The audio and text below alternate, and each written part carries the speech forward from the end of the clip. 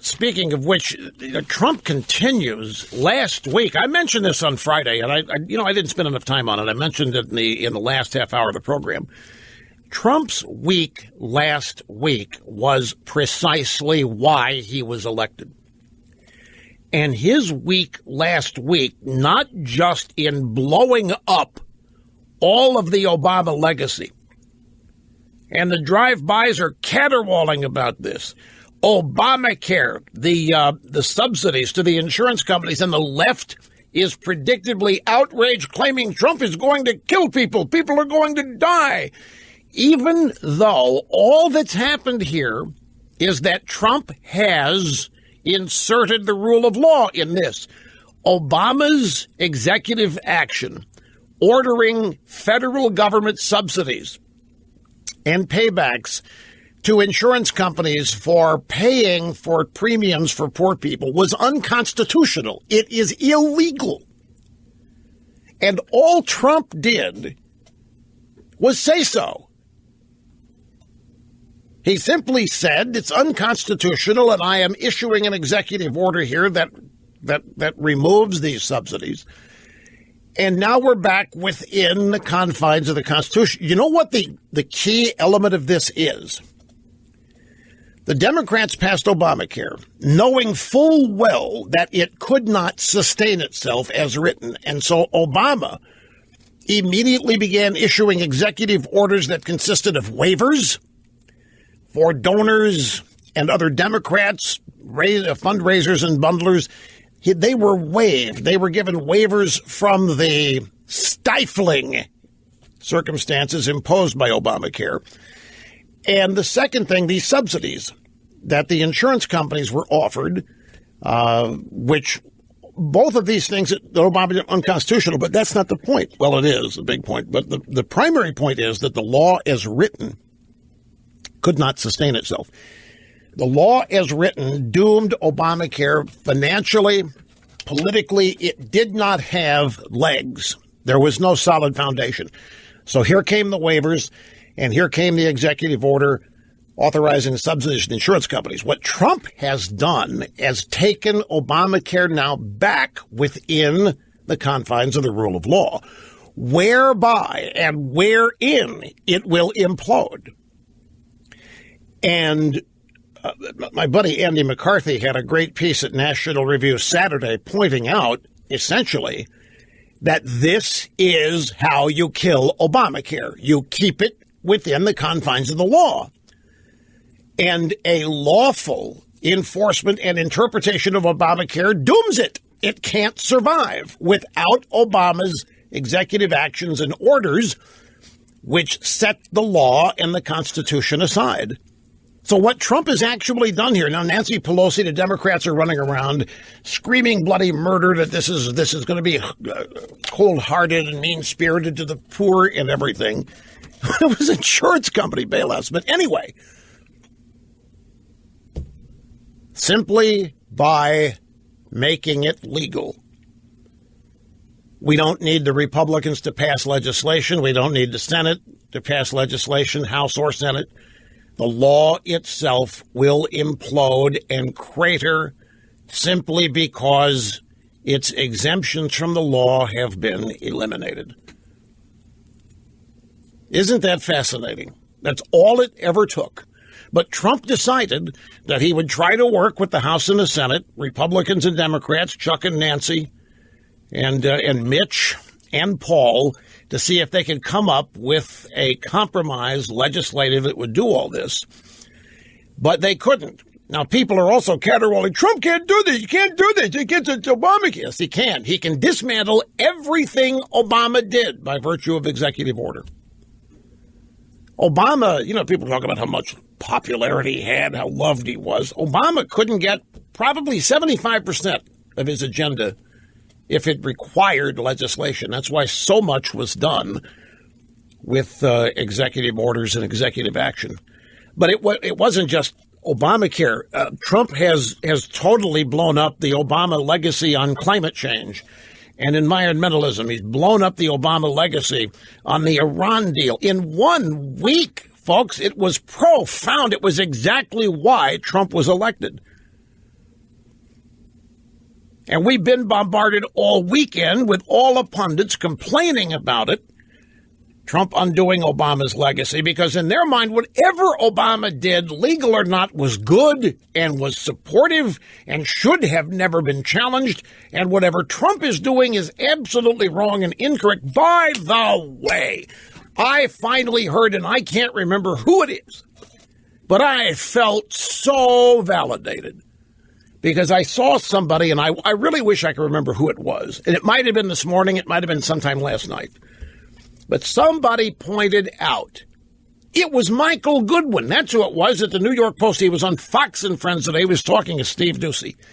And he pointed out something that I have been saying for months now, that we don't get news anymore, that what the media is nothing other than the advancement of the Obama agenda, the protection of the Obama agenda, or the destruction of Trump. It's a combination of those things. But there isn't any news anymore. And Goodwin made the point. Now, he was talking about it within the context of the only thing news media is doing is criticizing Trump. They are not analyzing any Trump proposal, any Trump policy. They are not saying one thing good about anything Trump is doing, and as such, there is no news anymore. Right on. There isn't any news, and there hasn't been any news. And it predates the way the media has been dealing with Trump. But I felt really validated by that. Now, there's one other thing here that Trump has undone, if you will. We've had Obamacare, the Iran deal, climate change, a couple of other things. And now another aspect of Obama's legacy is being undone with Bo Bergdahl pleading guilty to desertion. Now, I know some of you remembered this. It seems like it was only yesterday that Susan Rice in the Obama regime was hailing Bergdahl as a hero and attacking anybody who would dare question his record or complain about the lives lost trying to recover him, or even complain about giving back to the Taliban 5 of their top leaders for a deserter.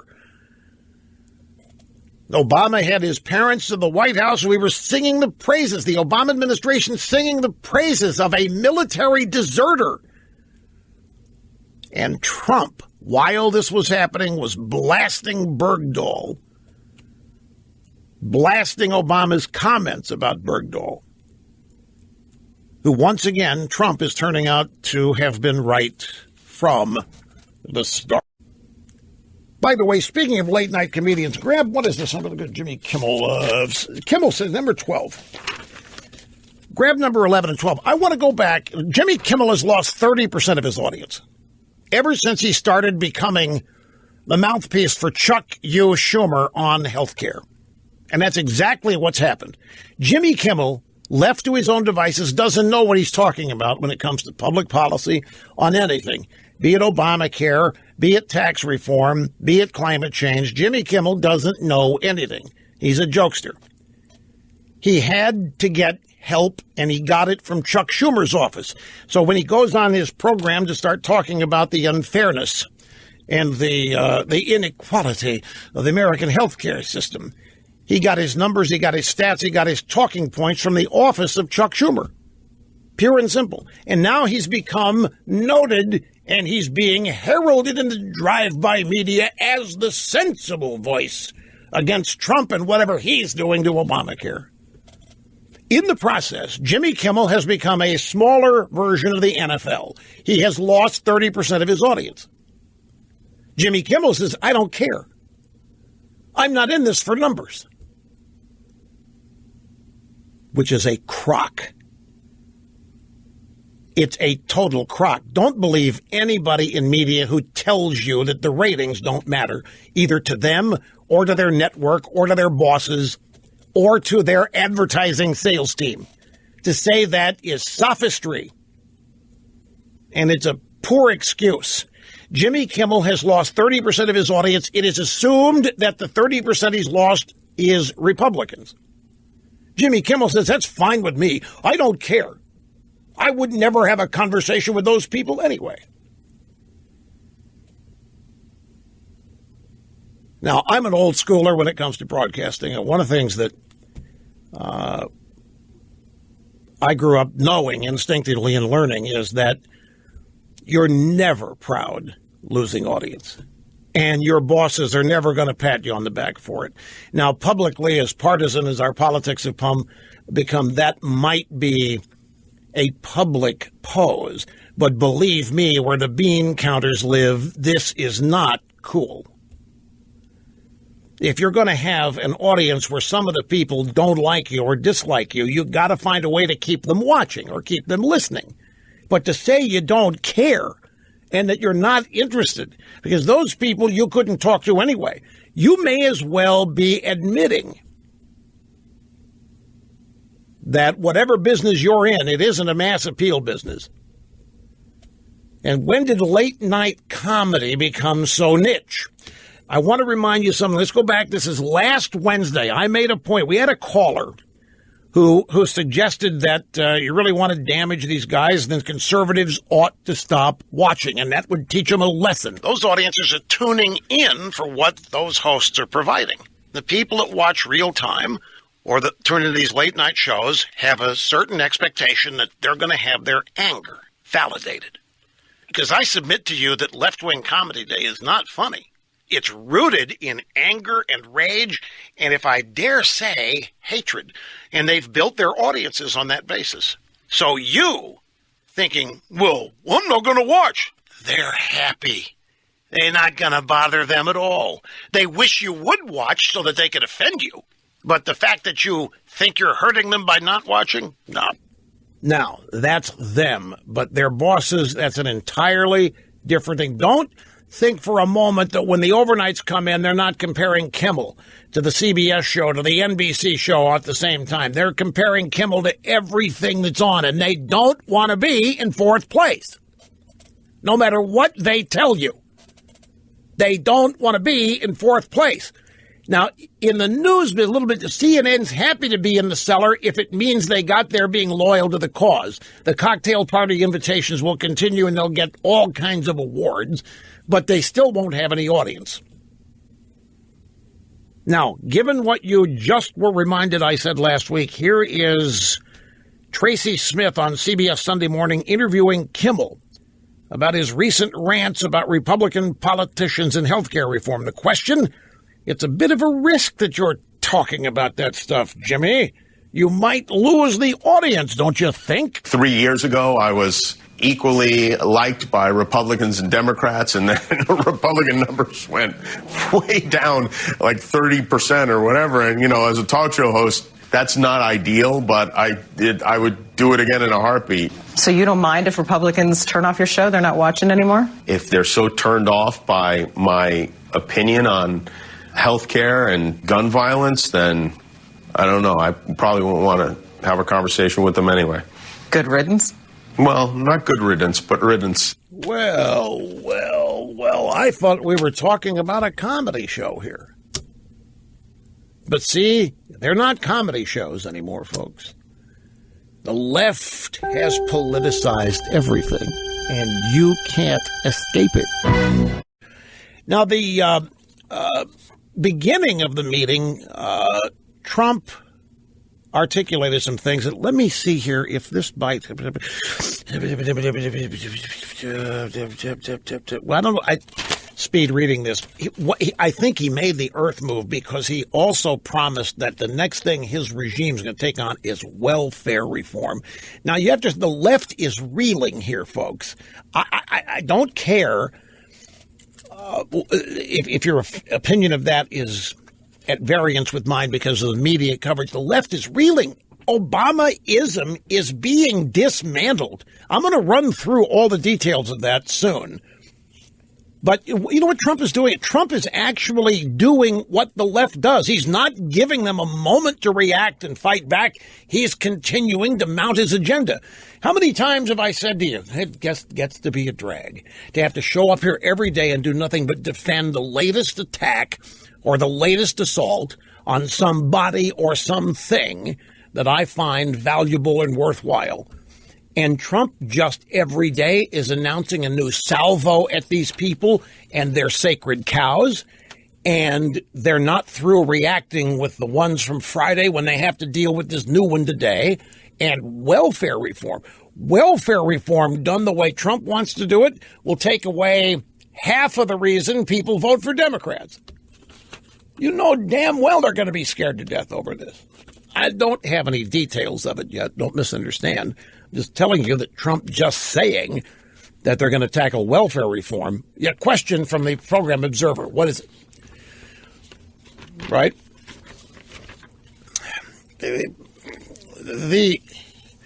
The official Program Observer. By the way, many people have applied for this job since I've announced that it exists. I've had people, what do you mean Program Observer?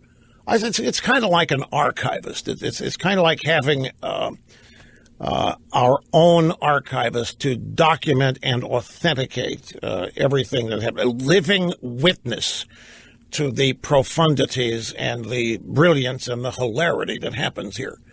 Somebody has to observe it and note it and record it.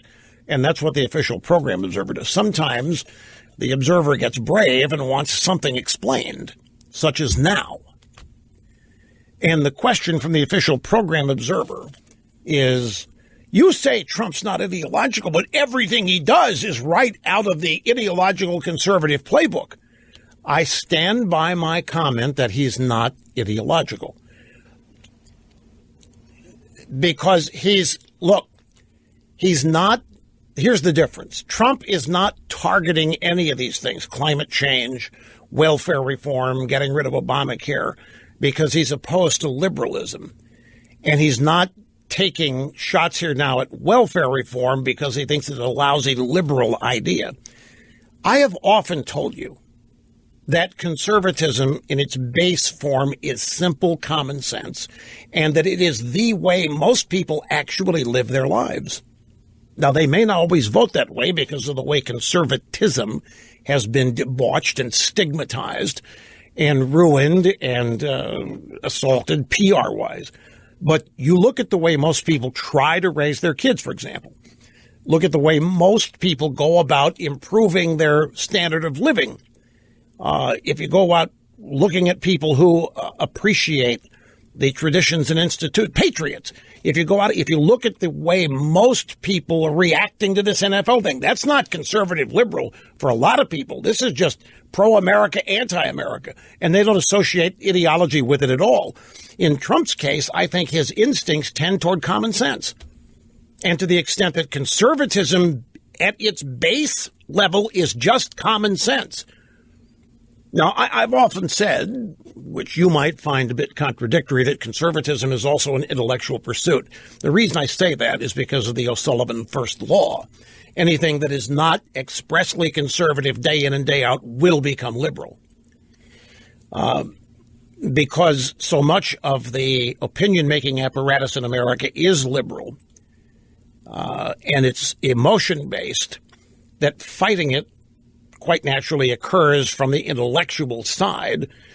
And it is conservatism, when you get right down to it, should not require a lot of intellect at all, because it is just common sense. It's good manners. It's respect for others. It's colorblind in terms of people's skin color, bias and prejudice. These are things we've been tagged with that we are not.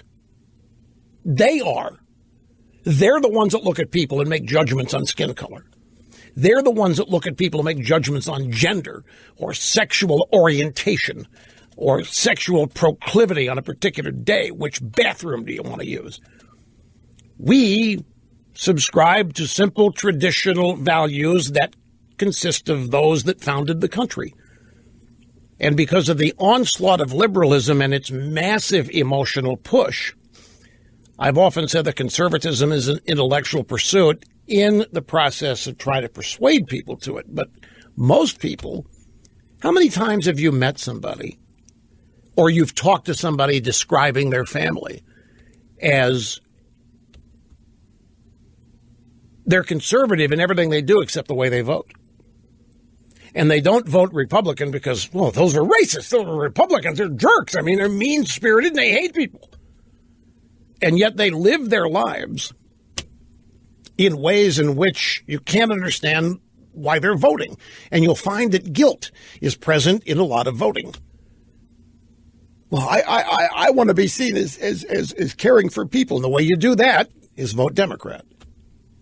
Simply because of the marketing or the PR that's been going on for 50 years that has shaped the definitions of Republicans, Democrats, conservatives, and liberals. In Trump's case, I can tell you, if you today, after listening to him say this next aspect of it, man, Mr. President, this conservatism, he would look at you like you're from Mars. To him, this is just nothing more than common sense. Now, he's also learned, without a doubt, what it is about his enemies that make them his enemies. And in the process, as a New Yorker, he might be, at age 70, seeing liberalism for what it is, up close and personal for the first time. Well, that'd be a stretch. Not the first time he's been around him, but in ways that literally affect him. They're not just esoteric talking points. You look at the judiciary, the judicial nominees. This is something that's not getting a lot of comment because the media is ignoring it because it is scaring the hell out of them.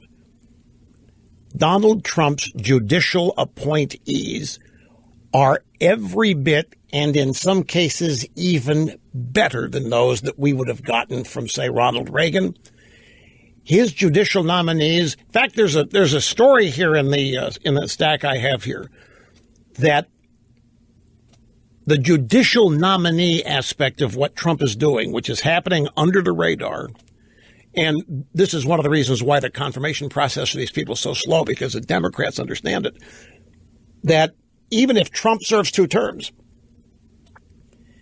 the judges that are going to be in place, even after his first term, are going to be sufficient to thwart many attempts to undermine the Trump agenda that the left would normally succeed at in the courts with their judges. And this is right on the money true.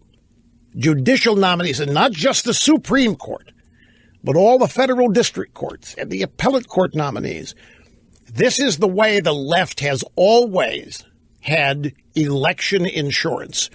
Okay, so they lose a presidential election or they lose control of the Senate, but they've got their judges that will thwart every attempt by the newly empowered Republicans to implement theirs. And we've seen it with Trump and his travel ban, for example. But these judicial nominations that he's making are adding up, and they're going to become even greater in number to the point that he will himself have Trump agenda insurance on the courts long after he's gone. Now, why? You say, Rush, you still say he's not conservative. How's he making the right judicial appointees? Well, I don't want to tell you that because I don't want to make a target of the people helping out here. But let me just assure you, he is relying and trusting the perfect people in selecting judges and judicial nominees. Now, is that conservative? Is it liberal? I mean, I will not change my assessment that Trump is not ideological. And let me modify it by simply saying that's not in the top 3 reasons why he decides to do something. Is it conservative? Fine, let's do it. It's not conservative. Screw, I'm not going to do it. That's not how he thinks. I'm just telling you it's not how he thinks. But his instincts are like the vast majority of the American people's instincts. And I mean the majority. They may not all vote that way, but they certainly live their lives on balance much more conservatively than liberally. No question about it. So here's the second Trump bite. As I was scanning it quickly, I don't see if there's welfare reform mentioned in this particular bite, but he did mention it, and I will guarantee you it's creating a palpable fear on the left. Here is the comment before there is no the such thing as Obamacare anymore. We're working on some kind of a short-term fix prior to the Republicans getting together, maybe with some Democrats. We'll have a short-term fix with Republicans and Democrats getting together. And after that, we're going to have a successful vote. Sadly, the Democrats can't join us on that, which will be the long-term fix. But I do believe we'll have a short-term fix because I think the Democrats will be blamed for the mess. This is an Obamacare mess. We'll have a short-term fix, and then we'll have a long-term fix, and that will take place probably in March or April. We will have a very solid vote. Let me translate this. What Trump has said, the short-term fix is ending the subsidies for the insurance companies. The insurance companies were essentially being paid to offer below market rates and premiums on health insurance policies for the poor and the hungry and the thirsty. Now, the point about that is it's unconstitutional. Obama did it with an executive order, and he can't. The president cannot authorize the spending of money. That must come, if the money comes from the federal treasury, it must come and originate in the House of Representatives, and it didn't. These subsidies are thus unconstitutional. That means illegal. And all Trump did was put Obamacare back under the rule of law, where it will implode. That's the short-term fix. The short-term fix is Obamacare imploding. Trump has been consistent on this from the beginning. It's going to implode. He's off as the politics. Let it implode. The Democrats are going to get the blame. Now, the Republicans have said, no, they won't. Not if we start tinkering with it and trying to fix it. You know what Colin Powell said, you break it, you own it.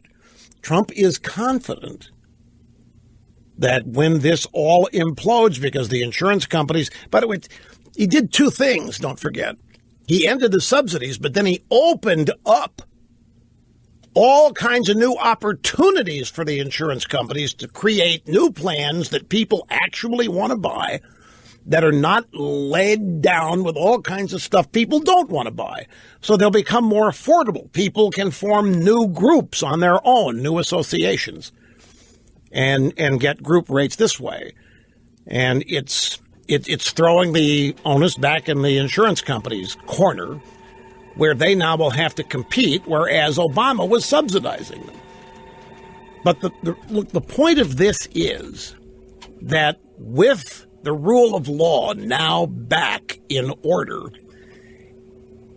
Obamacare as written could not survive because there isn't the proper mechanism. It's not related to anybody's ability to pay for it.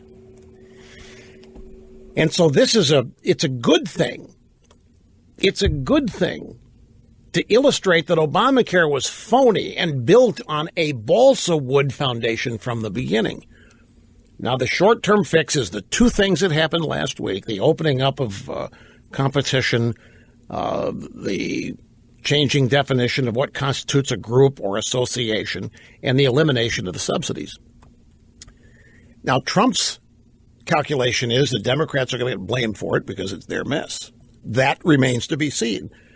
But I am telling you that with his base of voters, that will be the case. Obama is always going to get the blame. The media is going to try to blame Trump. He knows this.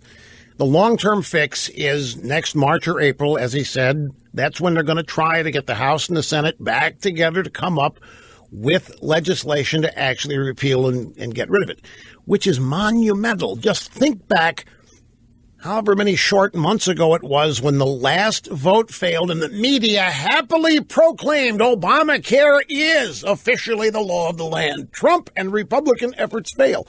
Nobody told Trump.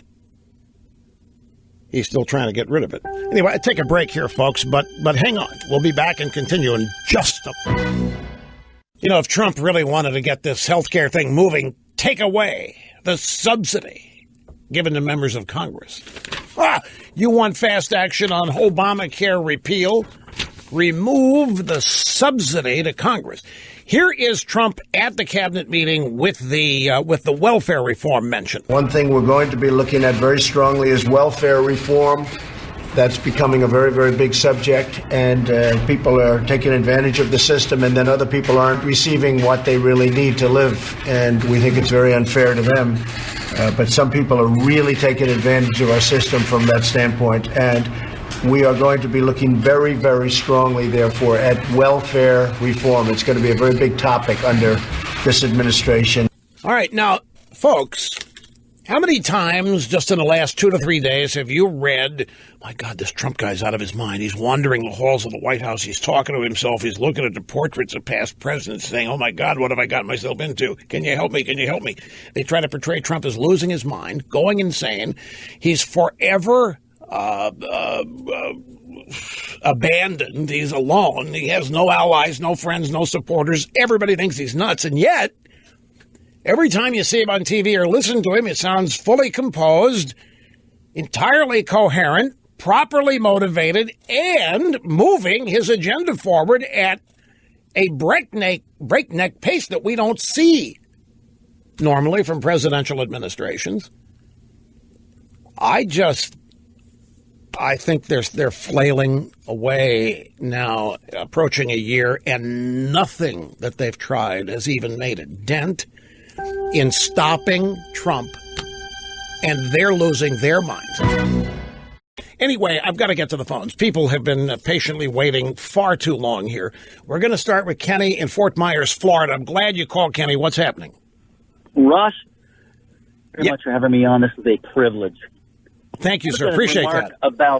I wanted to remark about Jimmy Kimmel earlier. I haven't heard it mentioned that this man got his start on a little show called The Man Show, where they objectify women. They're called juggies. You got girls bouncing on trampolines. Yeah, you know what? Wasn't that with Adam Carolla? And Jimmy Kimmel.